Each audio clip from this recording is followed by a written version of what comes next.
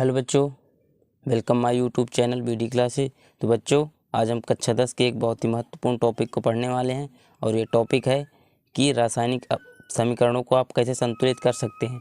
तो चलिए, इस वीडियो में आपको बहुत ही इजी तरीके से समझाऊंगा कि रासायनिक समीकरणों को कैसे संतुलित कर सकते हैं। तो सबसे पहले आपको रासायनिक समीकरण संतुलित करने से पहले आपको ये पता होना चाहिए कि किसी भी रासायनिक समीकरण में ये जो बाएं तरफ लिखे होते हैं इन्हें क्या कहते हैं और ये जो दाएं तरफ लिखे होते हैं इन्हें क्या कहते हैं। तो जो बाएं तरफ लिखे होते हैं इन्हें अभिकारक कहते हैं और जो दाएं तरफ लिखे होते हैं इन्हें उत्पाद कहते हैं। अभिकारक इनको इसलिए कहते हैं क्योंकि कारक माने होता है कार्य करने वाला और अभि मतलब अभिक्रिया, जो अभिक्रिया में कार्य करता है, अर्थात ये दोनों अभिक्रिया करेंगे और ये बनाएंगे, अर्थात जो कार्य करता है उसे अभिकारक कहते हैं। जो कार्य करता है उसे अभिकारक कहते हैं। तो यहाँ पर ये क्या है, ये अभिकारक है और ये जो बन रहा है ये उत्पाद है। तो चलिए बच्चों, इस समीकरण को हम कैसे संतुलित कर सकते हैं, मैं तो आपको 2 या 3 समझाऊंगा और चौथा आपको होमवर्क में दूंगा। तो चलिए बच्चों, शुरू करते हैं अपना रासायनिक समीकरणों को संतुलित करना। कैसे संतुलित कर सकते हैं हम रासायनिक समीकरणों को। तो मैं आपको कहूँ कि हम किसी भी रासायनिक समीकरण में ना तो किसी को जोड़ सकते हैं और ना ही किसी को घटा सकते हैं और ना ही किसी संख्या से भाग दे सकते हैं। तो हम क्या कर सकते हैं, हम केवल गुणा कर सकते हैं। ठीक है, तो चलिए पहला समीकरण मैं आपको ये वाला लिख के और समझाता हूँ। तो यहाँ पर लिखा है HNO3 प्लस CaOH का होल ट्वाइज बराबर में लिखा है हमारा कैल्शियम NO3 का होल ट्वाइज प्लस H2O।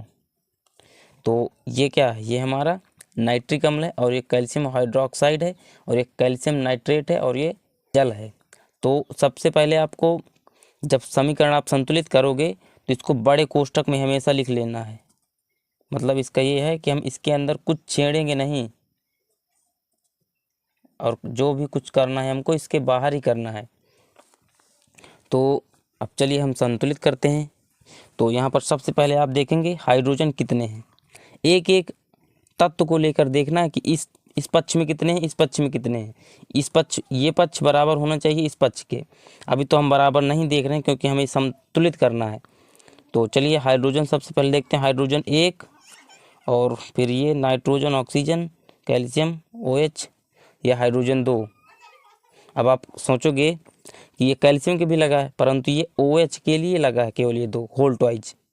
ये होल ट्वाइज है, ये देखिए ये होल ट्वाइज है, मतलब OH के स्क्वायर कह दीजिए या तो फिर होल ट्वाइज कह दीजिए, एक ही बात है। तो हाइड्रोजन कितने हैं, 2 यहाँ है, 1 यहाँ है, तो कितने हो गए, 3 हाइड्रोजन हो गए।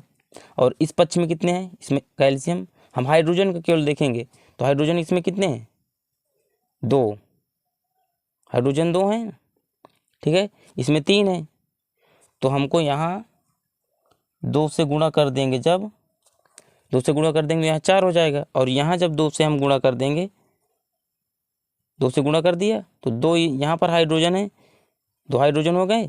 और ये हाइड्रोजन कितने हैं, 2 यहाँ, तो 4 हाइड्रोजन हो गए हमारे। और इसमें देखिए 2 तो पहले से थे, 2 पहले से थे और उसके बाद हमने 2 से और गुणा करा दिए तो 4 हाइड्रोजन यहाँ हो गए, यानी कि हमारा हाइड्रोजन संतुलित हो गया।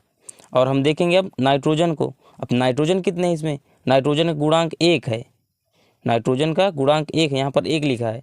तो नाइट्रोजन यहाँ पर, चूँकि बाहर हमारे 2 है, ये 2 है, ठीक है।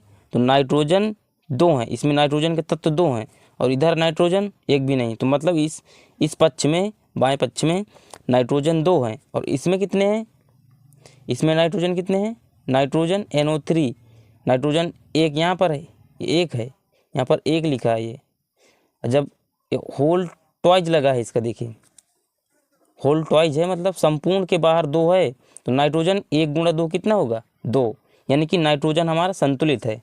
ठीक है बच्चों। अब ऑक्सीजन हम देखेंगे, ऑक्सीजन कितने हैं इस पक्ष में। तो ऑक्सीजन देखेंगे जब, तो ऑक्सीजन तो सबसे पहले हमारे 3 हैं और हमने चूँकि 2 से गुणा करा दिया इस तरफ, तो कितने हो गए, 6, क्योंकि गुणांक हमेशा मान लीजिए रासायनिक अभिक्रियाओं में नीचे ही होता है, ठीक है, आप ये समझ लीजिए। तो ऑक्सीजन हमारे यहाँ पर 3 है और हमने 2 से गुणा करा दी तो ऑक्सीजन हमारे कितने हो गए, 3 दूनी 6 ऑक्सीजन इस पक्ष में हो गए। और इसमें कितने हैं, इसमें 1 भी नहीं है।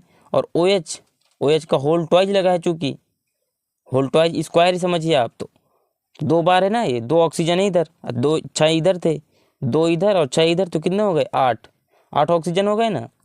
तो इधर 8 ऑक्सीजन है। और कैल्शियम, और ये राइट साइड में कैल्शियम 1 है, नाइट्रोजन 2 हो गए, ऑक्सीजन कितने हैं 3 यहाँ पर हैं, और चूंकि होल ट्वाइज बाहर लगा है अर्थात ये 2 बार है, तो 3 दूनी 6, 3 दूनी 6 हो गए ना। तो 6 इधर 6 ऑक्सीजन हो गए।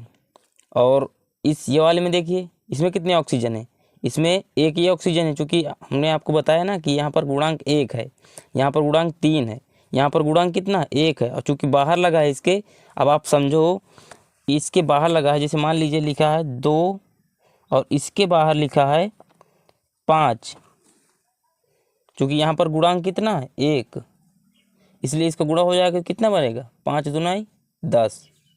ऐसे हो सकता है कि नहीं, यही होता है, यही गणित का नियम कहता है।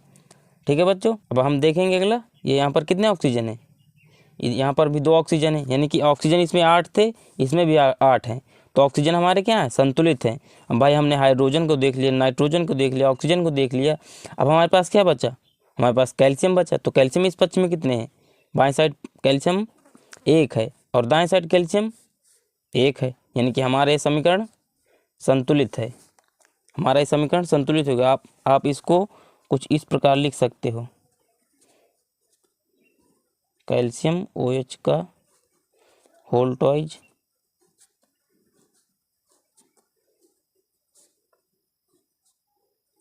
कैल्शियम NO3 का होल ट्वाइज प्लस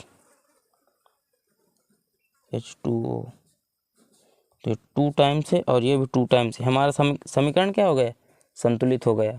तो उम्मीद करता हूँ बच्चों आपको ये वीडियो पसंद आया होगा और आपको ये समीकरण होमवर्क में करने हैं, और मैं आपको इसका सॉल्यूशन अगले वीडियो में बताऊंगा। तो तब तक के लिए धन्यवाद, मिलते हैं नेक्स्ट वीडियो में। Thank you.